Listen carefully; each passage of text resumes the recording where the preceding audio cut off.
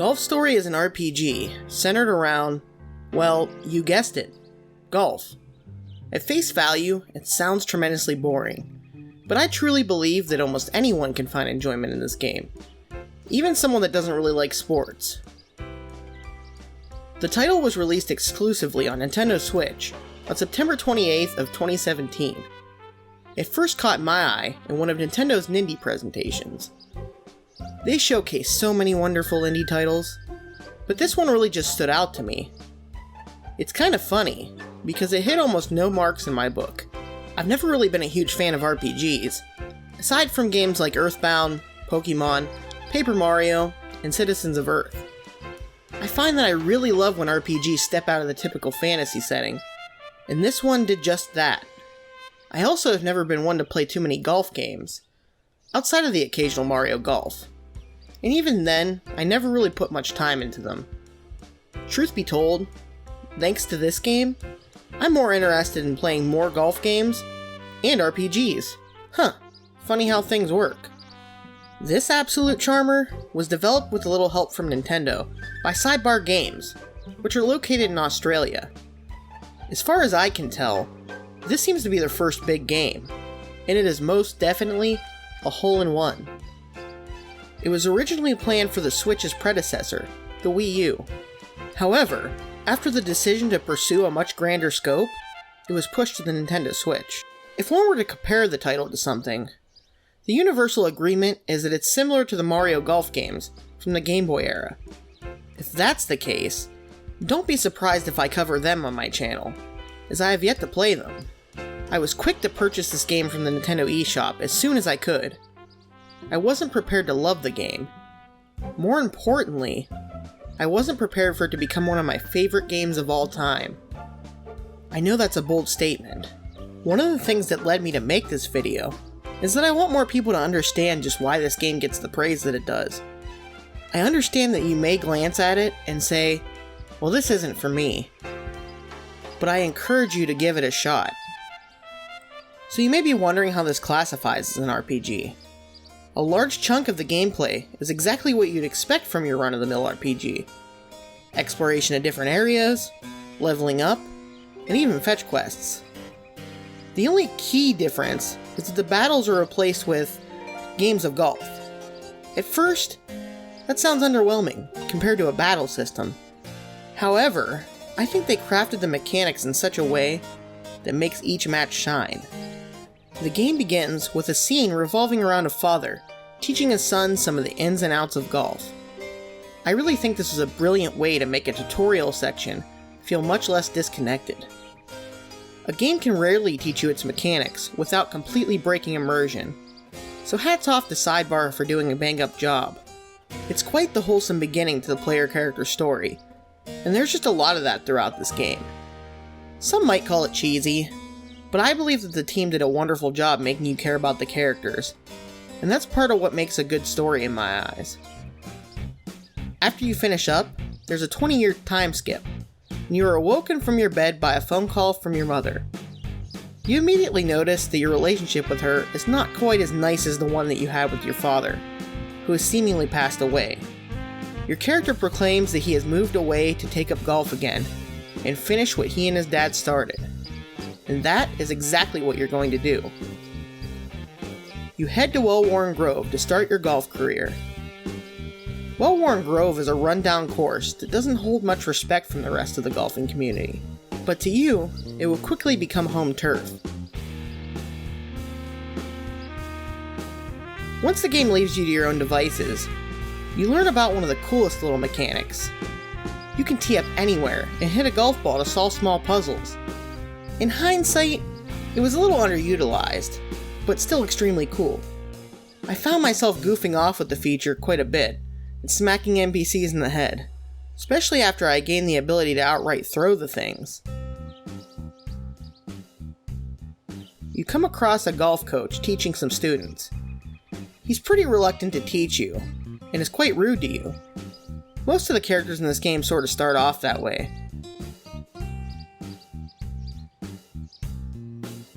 There are many laughs in this game, and even some heartfelt moments. Progressing through the story is a motivation to keep playing, Besides that, how many RPGs have rap battles in them?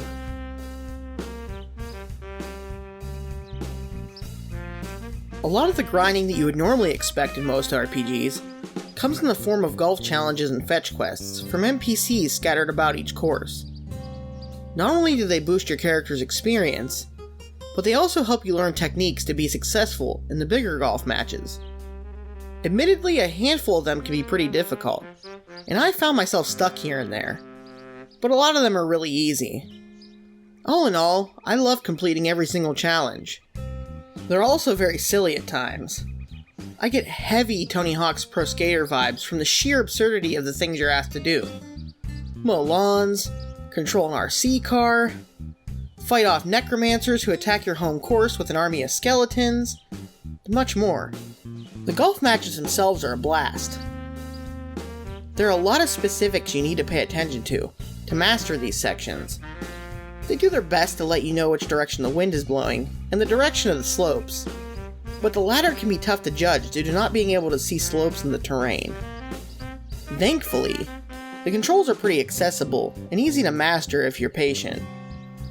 After playing this game, I sought after another golf game that felt like this, and I just couldn't find it. I might be biased because I put 30 hours into this game, but I just grew to love the overall feel of everything. If you spend time with all the different settings and clubs, you can get some wild precision, which is what you want in golf. Sure, you'll want to stay out of the bunker and the rough, but given enough practice, there'll be little more than a small hiccup.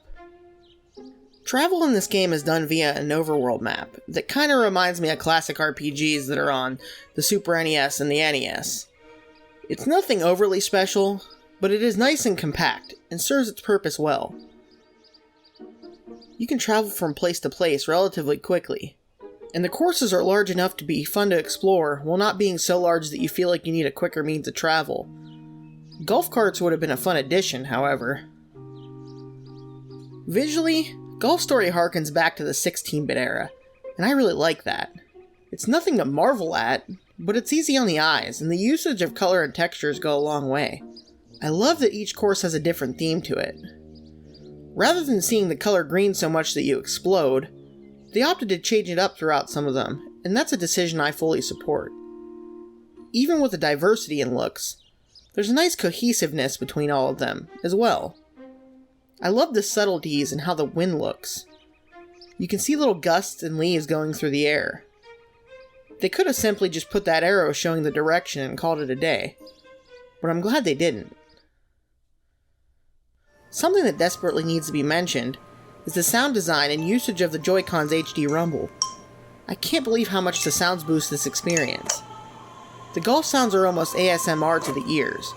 The ball hitting the course has such a nice sound, and vibrations to the controller to accompany it are probably some of the best usages of the HD rumble to date.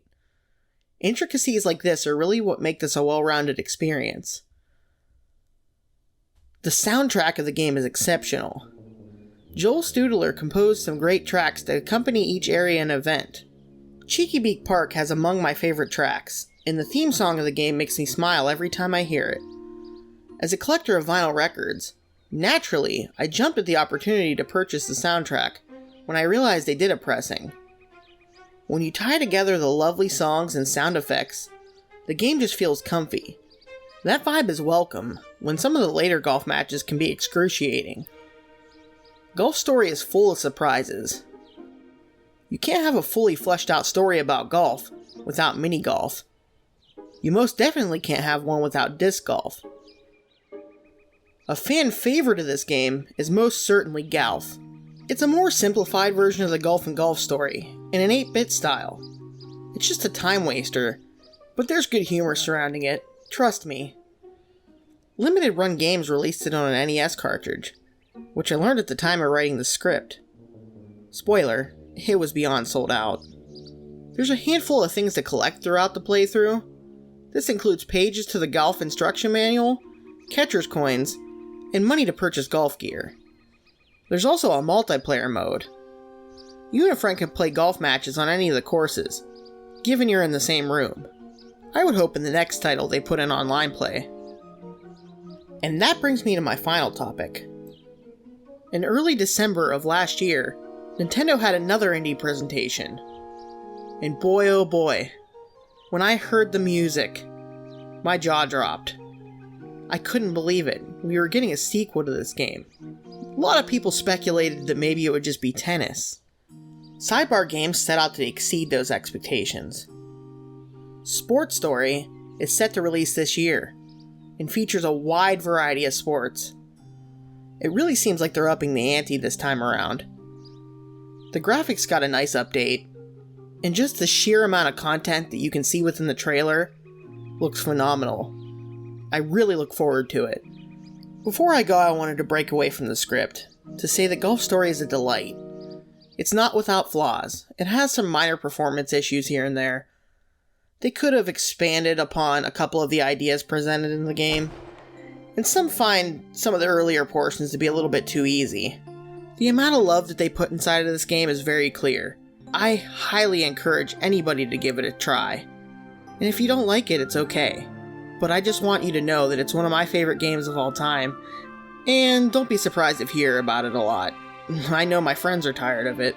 I'm not one to run out and buy the collector's edition of a game, but Golf Story made an impact on me, and I really felt that I needed to own it in physical form, even after already purchasing it digitally. Anyhow, that's all I have to say about Golf Story for now. It's time to get back to work on the retrospective series about Animal Crossing. If you happen to enjoy this video, feel free to stick around and subscribe, and maybe click the like button. But regardless, thank you so much for watching. And if you want to hear a little bit more from me, while you wait for more videos, I have a podcast called the Nintendo Outcast Podcast. You can find it at nintendoutcast.com. You can also find us on Spotify, Apple Podcasts, Stitcher, and plenty more. Take care everyone, and stay safe. I'll see you soon.